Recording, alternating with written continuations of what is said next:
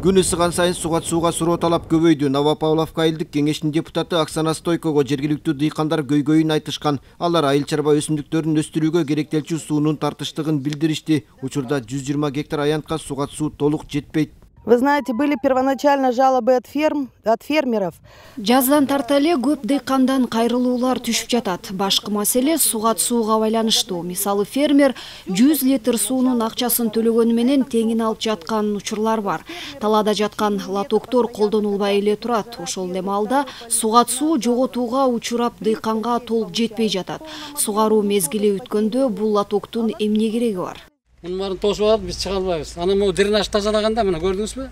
Муну тазалап айылдын төмөн жагындагы чоң чүй каналын жээктей жайгашкан арык аркылуу топтолгон суулар агып өтүп сугатка жумшалчу. Бирок жергиликтүү бийлик жарым-жартылай тазалап, иретке келтире албай жатканы нааразычылыктарды жараткан. Себеби короо жай тосулуп, тазаланбай калган.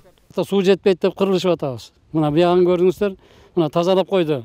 Могу жерге келгенде биягы тазаланбай калды. Баягы чоң трактор келип тазалаптыр. Могу жерде ошо мотосунут деген киргизбей коет. Тиягында көл болуп турат суу.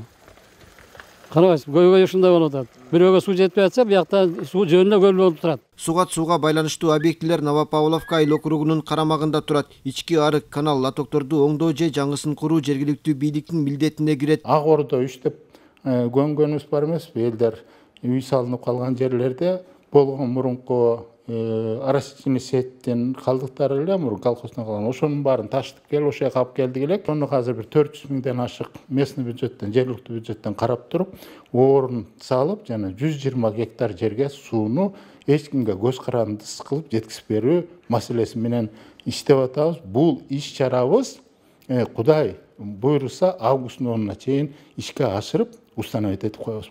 Айыл чарба багытындагы жердеги Ак Ордо 3 тилкеси калктуу конушка айланды. Иштетилбей турган лотоктор айтылган убакытта ишке кирсе, дыйкандар калган түшүмүн толук кандуу сугарууга үлгүрөт. Ал эми дренаж системасы жолго коюлса, суунун көлөмү жогорулайт. Уланбек Тиканбаев, Азамат Жапаков, Ала Тоо 24.